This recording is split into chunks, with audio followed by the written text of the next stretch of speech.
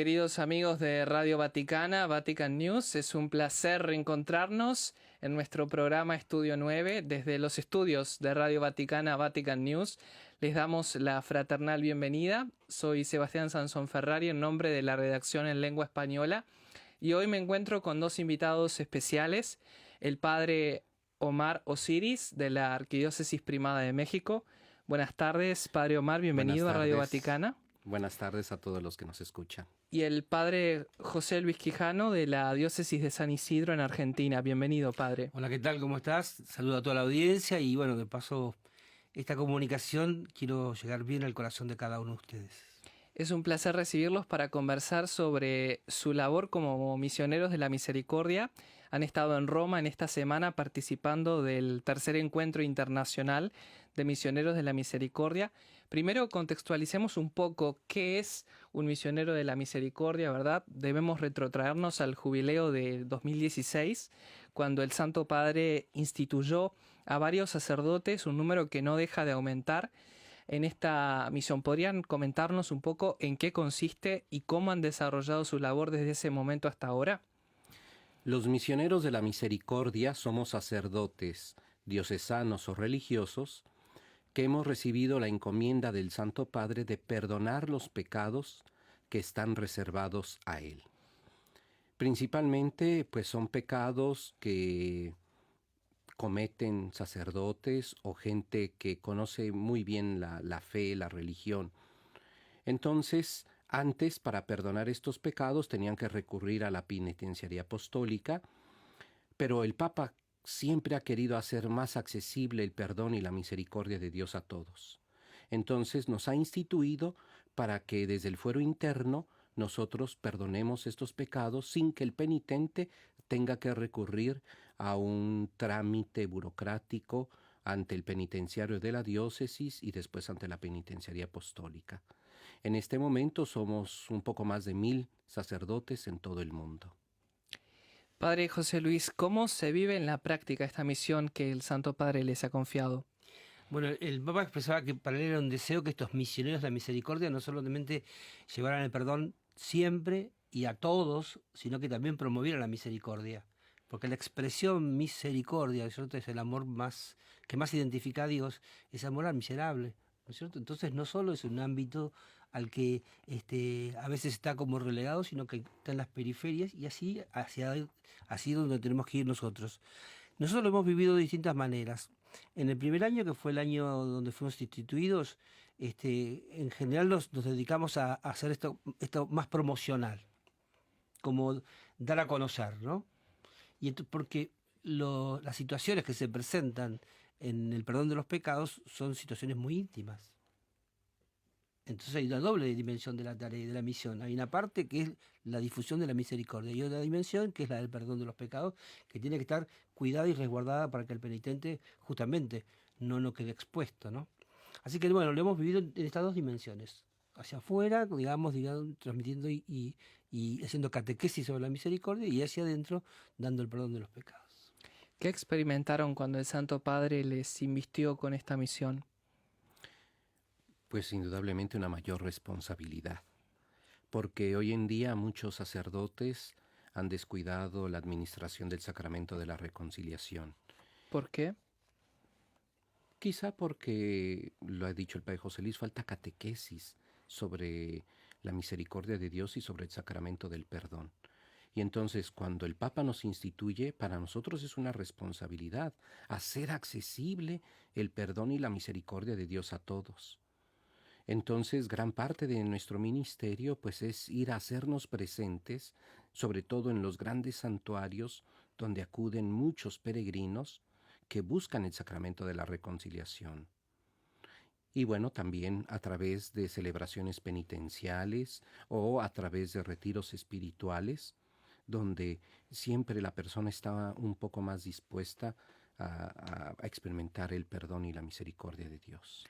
Este encuentro en el que ambos participaron es el tercero de una serie que comenzó en el 2016, luego la siguiente cita fue en el 2018 y la tercera, que estaba programada justamente para la primavera de 2020, debió ser cancelada y postergada por la situación del COVID-19. cómo se desarrolló la preparación y cómo acogieron ustedes la invitación que les hizo la Iglesia para participar aquí. Pues al inicio fue muy difícil porque todo estaba en suspenso.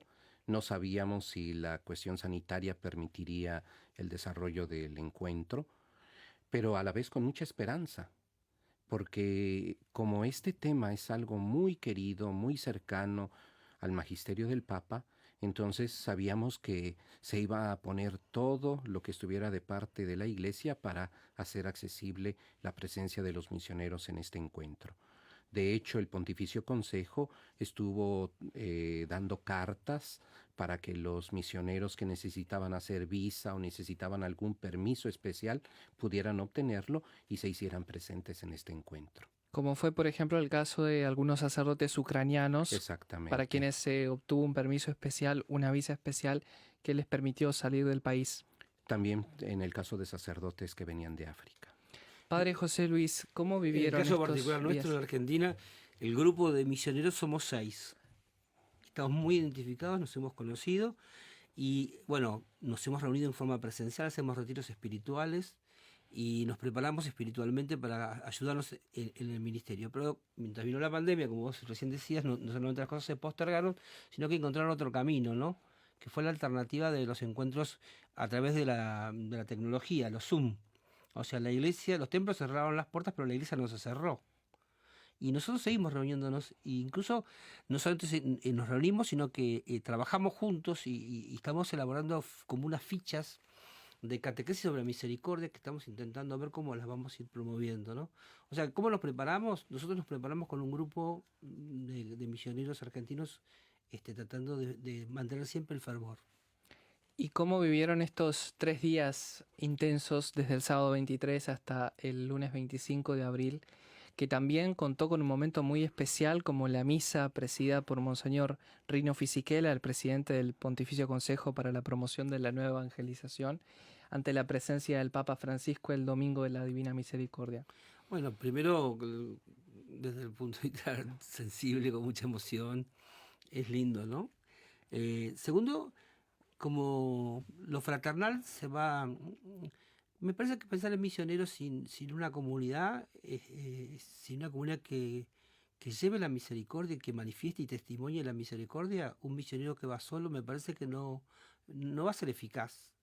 Y segundo, no condice, ¿no?, con lo que es el espíritu de este ministerio, ¿no? Entonces, reencontrarnos también alienta a la fraternidad. Y la fraternidad estrecha vínculos y la acción entonces es más fecunda.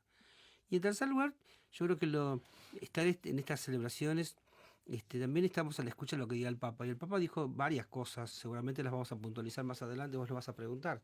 Pero yo me anticipo y te digo, claro, primero terminó diciendo, no se guardan el perdón en el bolsillo, ¿no? ¿Cómo conoce a los periodistas? Padre Omar, ¿y usted cómo vivió estos días en el encuentro internacional?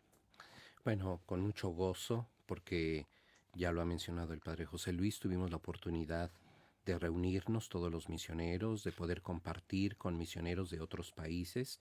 Tuvimos durante el encuentro un momento donde todos los misioneros de habla hispana pudimos reunirnos y compartir nuestras experiencias del ministerio durante la pandemia. Y ahí tuvimos la oportunidad de escuchar muchos testimonios de sacerdotes que no escatimaron esfuerzos, que no escatimaron ni siquiera su salud para hacerse presentes a aquellas personas que los necesitaban, que necesitaban experimentar el perdón de Dios. Entonces, de verdad que fue un momento muy importante. Y bueno, el cierre del Congreso con el Papa Francisco, donde nuevamente nos insistió en el tema del perdón y donde él mismo nos relató 2 testimonios de sacerdotes allá en Argentina que se han caracterizado por desarrollar este ministerio de una manera ejemplar. Entonces a nosotros pues nos impulsa a ejercerlo de la misma manera, ¿no? Y otro momento muy bello fue la conferencia del cardenal Cantalamessa, donde nos hacía un llamado serio a la santidad. Nosotros no solamente estamos llamados a administrar el perdón y la misericordia de Dios, sino en primer lugar a ser santos. Y nuestro testimonio de vida, pues es el que tiene que hablar, es el que tiene que motivar a otros a buscar la santidad.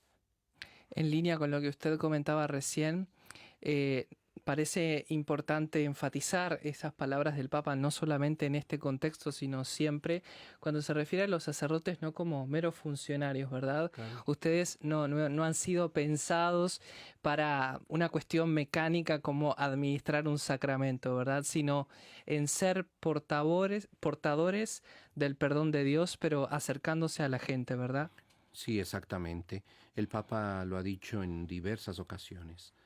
El sacerdote se tiene que dar generosamente a la comunidad y tiene que estar en función de la comunidad. Tiene que estar en favor siempre de los fieles. Porque lo que hemos nosotros recibido de Dios no es para nosotros, es precisamente para la edificación del pueblo de Dios. Padre José Sí. Luis, uno de los asuntos que se abordó en estos días fue la experiencia de vuestro ministerio durante la pandemia.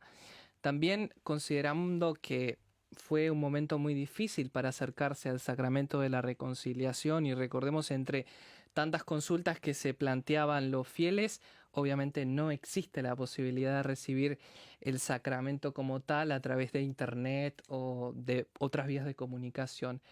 ¿Qué otras alternativas tuvo el pueblo de Dios ante la emergencia sanitaria y qué líneas se esbozaron en estos días aquí en Roma?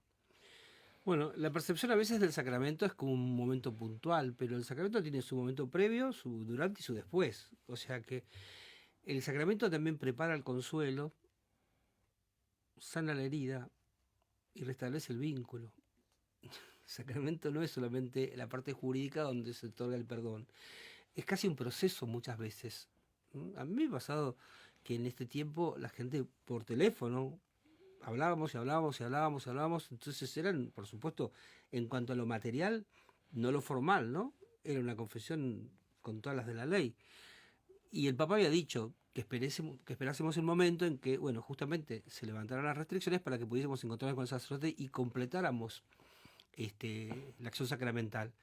Pero esto de vivir el sacramento como un proceso, la plenitud, ¿no es cierto?, sacramental, se va dando ya en el inicio. No, entonces hay una construcción muy linda que el penitente también va haciendo, ¿no?